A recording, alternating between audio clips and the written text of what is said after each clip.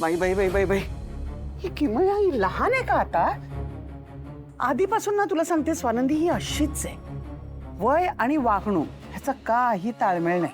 बरं झालं ना तिला बोललीस ते, नाहीतर समरच्या नावाचा परमनंट टॅटू काढायलाही मागे पुढे पाहिलं नसतं तिने. हा मग काढू दे. अगं काढू दे काय? हो म्हणजे एखाद्याला एखादी गोष्ट करायची असेल तर अडवू कोण शकतं? व्यक्ती स्वातंत्र्य आहे, करू दे काय करायचंय ते. बाई बाई बाई, खूप चिडली आहेस हं तू. नाही नाही चिडले नाही वगैरे नाही, चिडलीच आहेस, बरोबरच आहे. आणि बायको आहे म्हटल्यावर चिडायलाच हवं. बरोबर करतेस तू. तुझा राग कळला मला, म्हणून तिला मी इथून सरळ घेऊन गेली. अगं मी आधीपासून ओळखते तिला, एक नंबरची हट्टी आहे. तिला एखादी गोष्ट पाहिजे म्हणजे पाहिजेच, मग तो माणूस का असे ना, तिला पाहिजे म्हणजे पाहिजेच. स्वानंदी, एक सांगू, तू जरा जपून आणि अलर्ट राहा तिच्यापासून.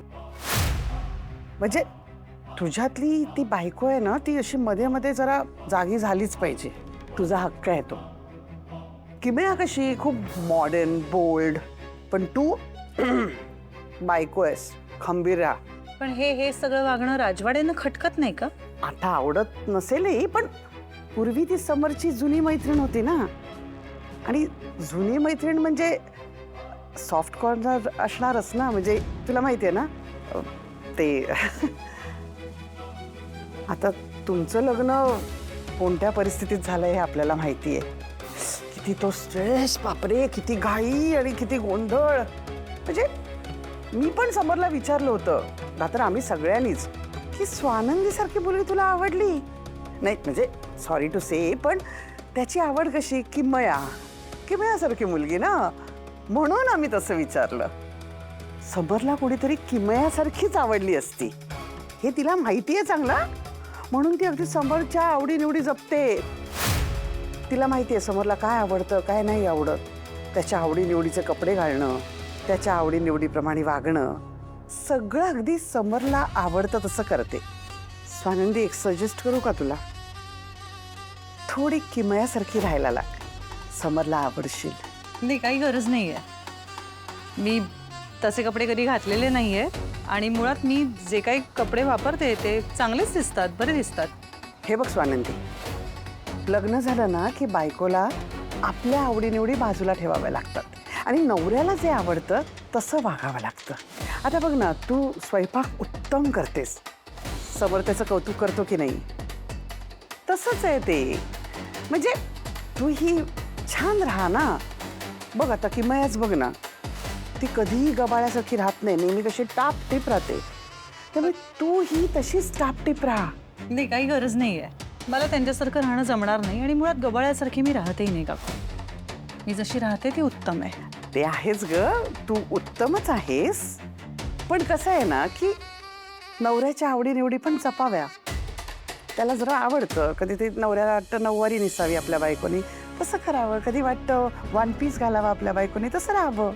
कसं आहे, त्याच्या आवडीनिवडी आपण जपल्या ना की नवऱ्याला बरं वाटतं ग. आणि ही काय फार मोठी गोष्ट नाहीये, रॉकेट सायन्स नाहीये त्यात. छोटी ॲडजस्टमेंट आहे, पण त्याचा परिणाम खूप मोठा आहे. कळलं स्वानंदी?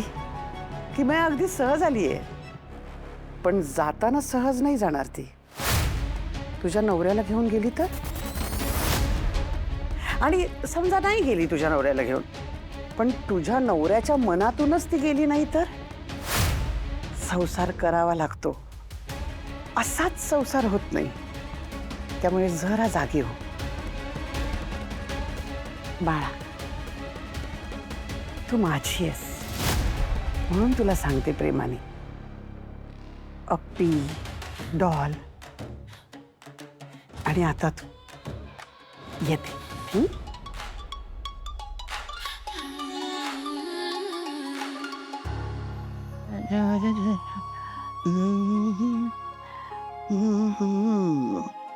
आता काय कुठली ऐक. आजी, अरे नंदू, बरं झालं तू आलीस. हे बघ ना, ही पार्टीला म्हणजे मला वाटतं ही बरी दिसेल ना, हो ना? चला. काय म्हणत होतीस तू? ते पार्टी नाही अटेंड केली मी तर चालेल का? काय हा म्हणजे मी खोलीत थांबेन, काहीतरी छान वाचन करेन आणि तसंही एवढ्या लोकांमध्ये कुणाला लक्षातही येणार नाही मी नाहीये तिथे. बाकी तुम्ही करा ते पार्टी एन्जॉय. अगं असं कसं म्हणजे तू तू ना येऊन कसं चालेल ग? काय फरक पडतो आजी? तसे मेन पूजा झाली आहे ना आपली, आता काय फक्त पार्टीच आहे.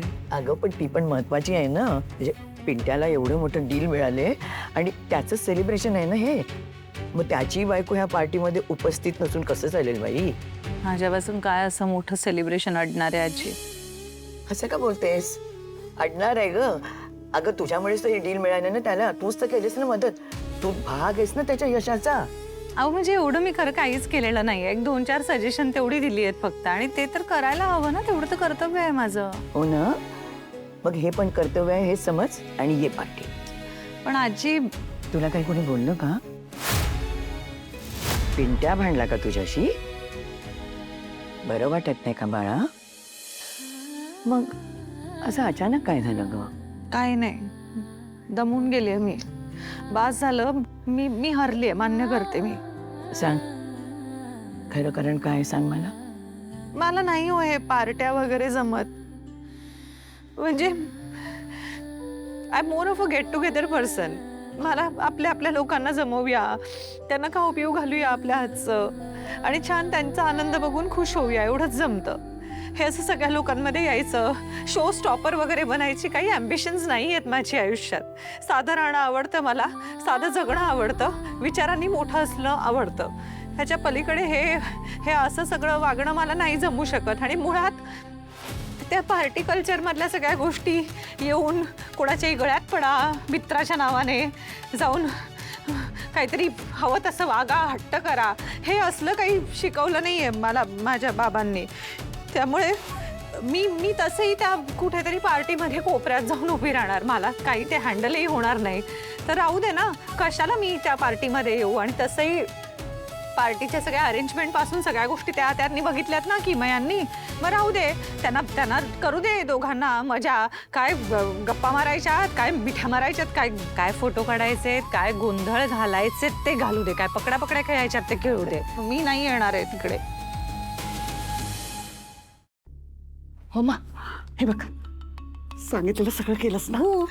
आता मी स्वानंदीला कड्यापर्यंत आणलंय. तू जा आणि कडे लोट कर. मज्जा येणार आहे आता. पार्टीत ना सॉलिड ड्रामा घडणार आहे.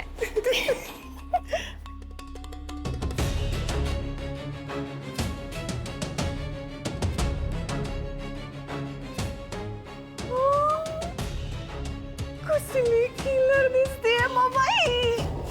पार्टीत मज्जा येणार आहे. दादाची तर खरी मज्जा येणार आहे. मला काय सांगते, जिला सांगायचं तिला जाऊन सांग, चळफळाट होईल. चालेल. खूपच येणार.